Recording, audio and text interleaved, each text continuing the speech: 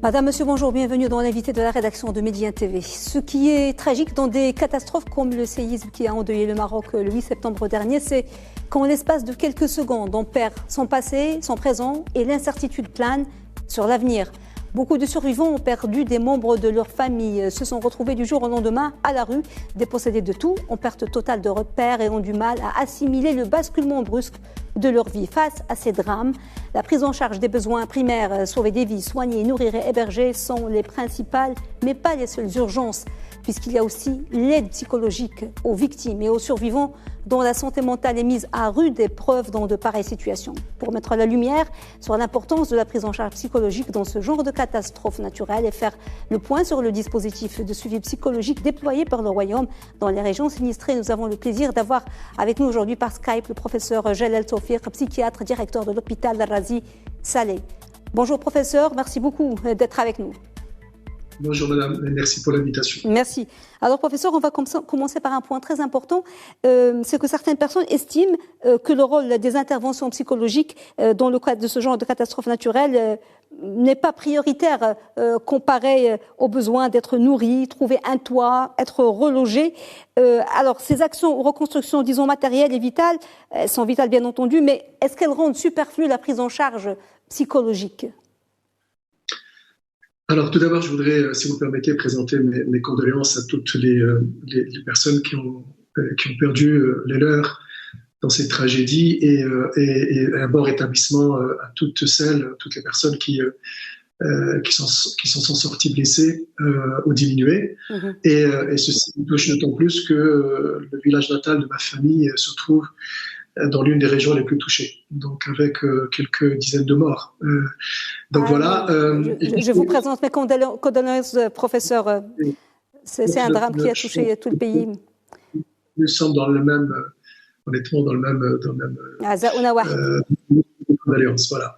Alors, ce que je voulais vous dire, c'est que les personnes qui pensent ceci sont dans l'erreur totale, puisque si vous le permettez, quand vous voyez n'importe quelle catastrophe survenir dans le monde, on a vu beaucoup d'actes terroristes sur les 20 dernières années, et à chaque fois, vous entendez dans toutes les radios, sur toutes les télévisions, vous entendez la cellule d'écoute psychologique est arrivée sur les lieux avec les premiers intervenants. Toujours. La mise de cellules d'écoute est le premier réflexe dans tout sinistre.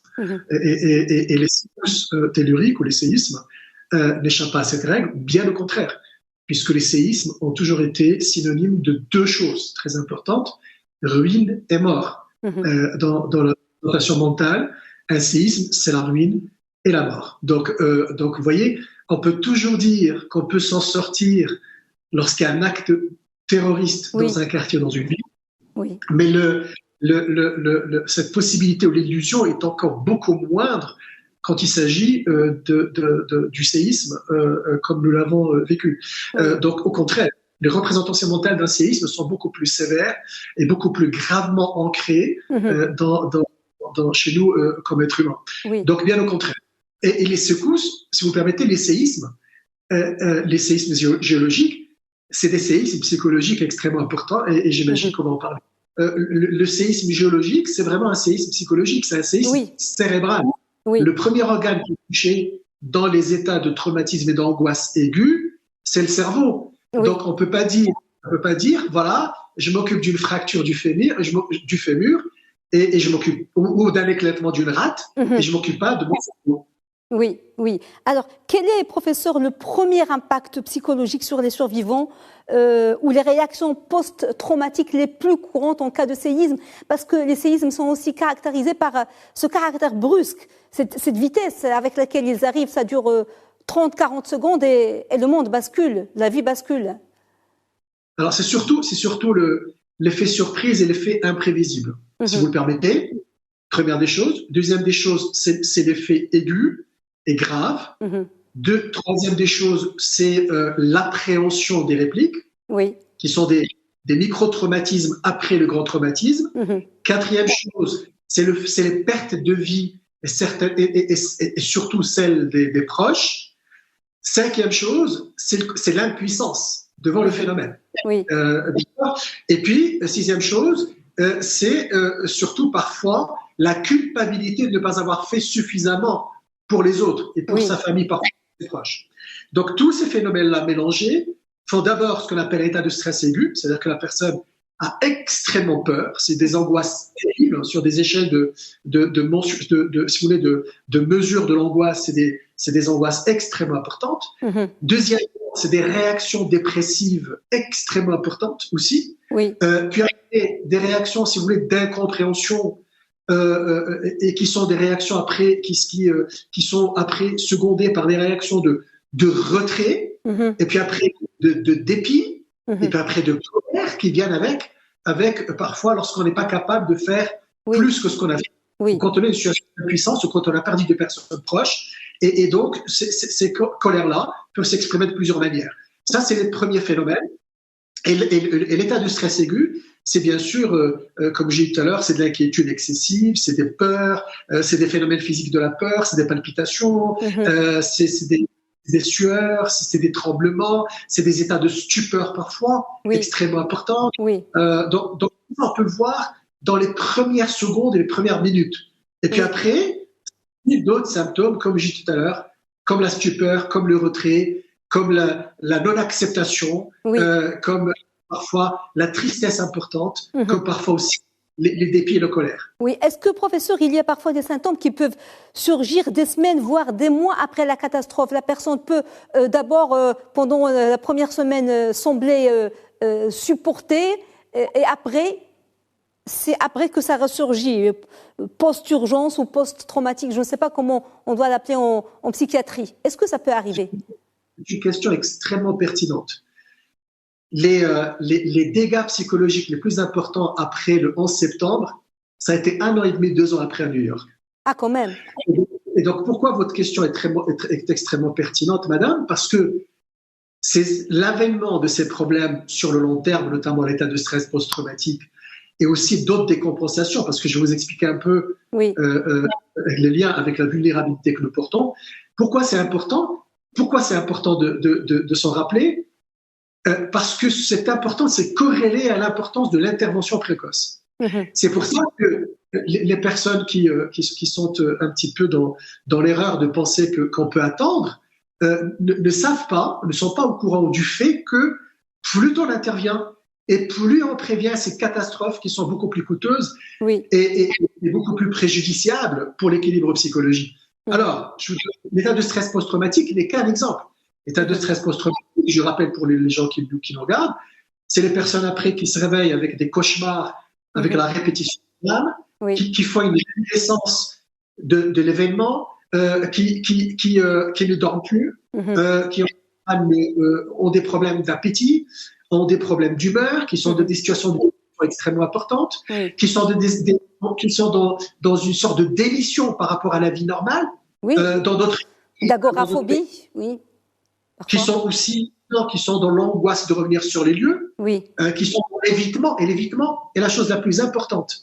L'évitement du lieu, l'évitement du travail, l'évitement des gens, donc on n'a plus envie de voir les gens qui ont perdu des enfants et qui pensent qu'on les regarde de façon extrêmement, si vous voulez, comme accusante. Dire, pourquoi ils sont sortis et pas leurs enfants? Ils culpabilisent, Et pas l'épouse. Et pas la petite fille, comme ce monsieur qu'on a vu qui a perdu ses enfants et qui a essayé de tirer sa fille, mais qui malheureusement qui a été emportée par un mur. Alors vous vous rendez compte ce que cette personne a en tire. Donc tout ça et tout ça a rajouté, madame, à toute décompensation d'autres fissures qui étaient là, qui n'étaient pas apparentes. Alors les gens par exemple qui ont une prédisposition pour les troubles anxieux vont faire des troubles anxieux. Les gens qui ont une prédisposition pour la dépression vont faire des dépressions. Les gens qui ont une prédisposition pour la schizophrénie peuvent faire des schizophrénies. Les enfants qui ont une prédisposition pour des maladies psychiatriques peuvent faire des maladies psychiatriques. Et puis, l'aggravation de phénomènes déjà existants. Les gens qui ont des situations de maladies déjà là vont s'aggraver. C'est un Et puis, pardon. Et puis, n'oublions pas aussi, madame, les maladies physiques. Puisque le traumatisme psychologique va par des mécanismes au niveau du cerveau et notamment des mécanismes cortisoliques et des sécrétions de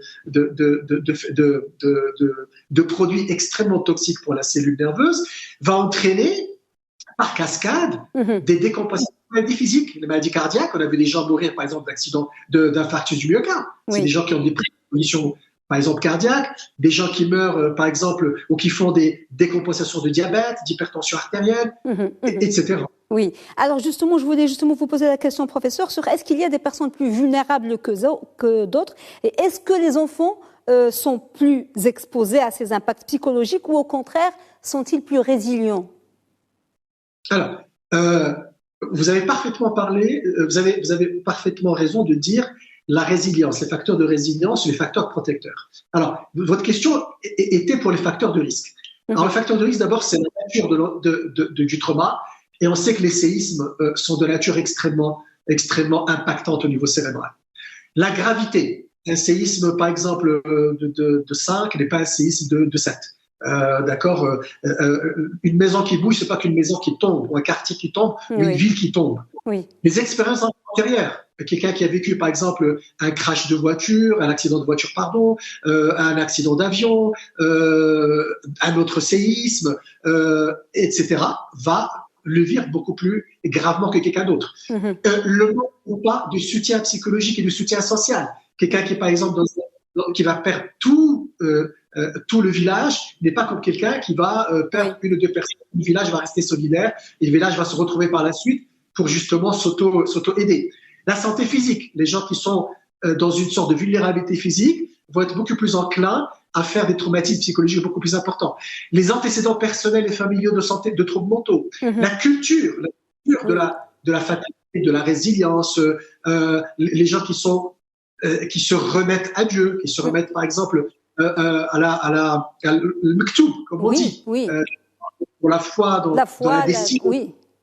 Voilà, certaines traditions aussi de solidarité, de pouvoir aider son prochain.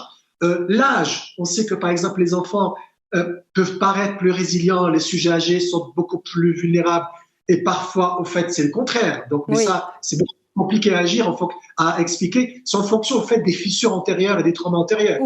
Les déterminants socio-économiques, quand on est dans une précarité sociale, regardez les gens, par exemple, qui ont perdu leur maison. C'est beaucoup, beaucoup plus grave que celui qui va perdre tout son bétail, par exemple, ou qui va perdre tout le champ, qui part avec l'emboulement du terrain. Les facteurs environnementaux, est-ce qu'on est dans la montagne, est-ce qu'on est dans etc., etc. Donc, il y a beaucoup, beaucoup de facteurs qui sont des facteurs de risque, et à l'opposé, on peut en déduire aussi les facteurs protecteurs. C'est les personnes qui ont beaucoup moins de trauma ou de stress auparavant, les personnes qui sont en bonne santé physique, les personnes qui vivent des traumatismes beaucoup moins graves, avec des séismes beaucoup moins graves, etc., etc. Oui. Alors, sur le terrain, professeur, quel est le premier principe des premiers secours psychologiques? C'est l'écoute, recueillir les émotions, c'est quoi? Vos questions sont extrêmement pertinentes. La première règle, la règle d'or, c'est quand on va là-bas, il faut d'abord connaître ses propres limites. C'est-à-dire sa formation et sa capacité à aider. Ne se déploie pas qui veut et ne devient pas, si vous voulez, aidant qui veut. On ne se crée pas aidant, il faut qu'on le soit, qu'on soit formé. Alors il y a des règles d'or. C'est d'abord, comme je dis, connaître ses limites. C'est travailler avec les autorités. Pourquoi? Parce que les autorités vont vous acheminer vers les personnes, parce qu'ici, il s'agit de ce qu'on appelle outreach. Il faut aller vers la population, il ne faut pas attendre que la population vienne vers vous. C'est pas la même chose qu'à l'hôpital, c'est pas la même chose qu'à un centre de santé. On va vers la population. Donc, c'est des techniques d'approche très particulières. C'est d'abord le soutien sans intrusion. On est là pour accompagner, on n'est pas là pour nous imposer. On n'est pas là pour forcer le récit, comme on l'a vu par exemple sur certains réseaux sociaux.